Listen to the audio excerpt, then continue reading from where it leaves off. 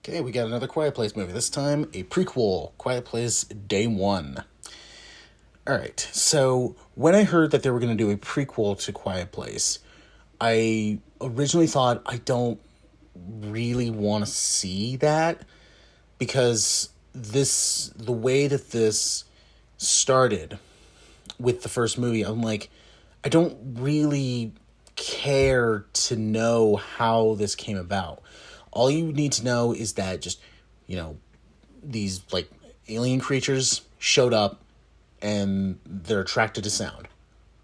That's it. You don't really need to know, I didn't want to know, oh, how did they get here? What was it like? And I'm like, I don't really care. To then I saw the trailer for this and I went, you know what?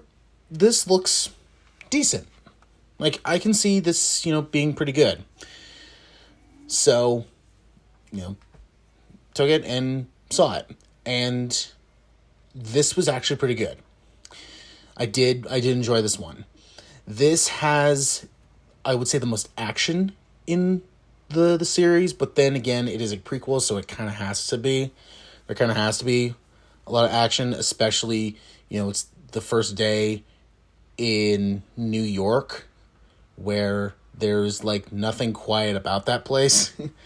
So it almost had to have a lot of action in it, which is, fine. I'm not penalizing it for that.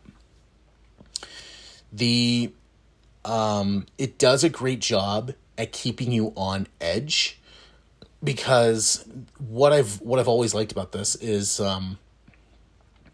I love how it's sound. But they have, they've lost their sight, the aliens, they have no sight. But it's like that sight went into them having increasingly better hearing. So they can hear, a pin drop, 2 miles away. And then you're dead in, 5 minutes. Not even 5 minutes. So that's what I really enjoyed about this. So it really keeps you kind of holding your breath, because especially when the creature's on screen, you're kind of in the same boat as the characters you're watching, where you do want to hold your breath, because it is so on edge and you feel like you're right there with them, that you feel like if you just let go of one small little relief, sigh of relief, you're dead. You will be slaughtered. And I also like how they don't, it is a PG-13 series, so I like how they don't show you just how tore up they get. They just show just real quick and it's done. You don't see the aftermath. You don't see the R-rated cut, so I do like that. And it's also bringing back, creative PG-13 horror movies. And which I feel like is missing, because I feel like a lot of horror movies that get rated PG-13, I immediately go, I don't think this is going to be good. I just don't think this is going to be good. So it's like that, it's like a curse kind of thing. And Quiet Place was kind of the first one to kind of bring that back. Because you had a couple, in the 2000s, with the Ring, and that was incredibly creepy. And with The Quiet Place, it kind of brought it back and said, hey, horror movies can be PG-13 and they can actually be really cool, creative, and creepy. So I really appreciate the series for doing that. But anyway, back to this. The actors, which is Lupita Nyongo'o and Joseph Quinn, they work great together. They're great together. And the two of them just have such great chemistry that you really feel like, even though they're two strangers, you feel like they've been friends for a while. So they work great together. They're just great. You may have also seen stuff with a cat. The cat kind of plays into the plot a little bit. And I'll just say this. If you're a cat lover, you'll be fine. You'll be fine. But it kind of does become a little like, okay, really? Like, at times it kind of felt like, all right, so how are we going to progress this? All right, bring in the cat, and the cat will fix it. And the cat does, but it's kind of like, okay, like, all right, just bring in the cat, it'll fix it. So, it's not like, it's not bad the way they do it, but it did kind of become a little repetitive, where I was like, all right, you kind of moving this along because of that cat. So, okay.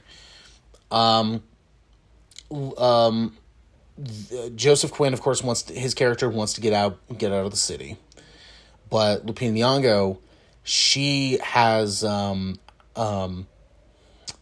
believe it was a form of cancer, and she only has a certain amount of time to live. And, what she wants to do, I'm not going to spoil it, but what she does is kind of like, wait, really? You don't?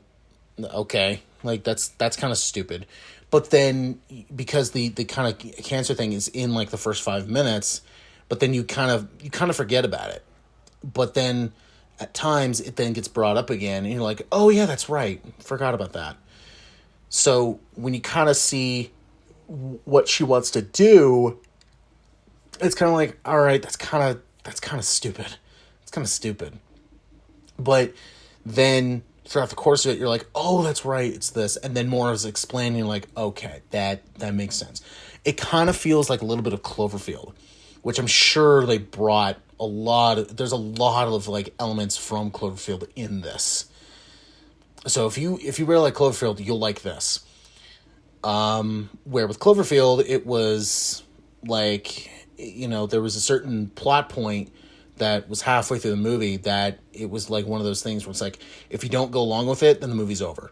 This movie doesn't do that per se, because it already throws a ton of stuff at you, but it's not super shy away from being Cloverfield.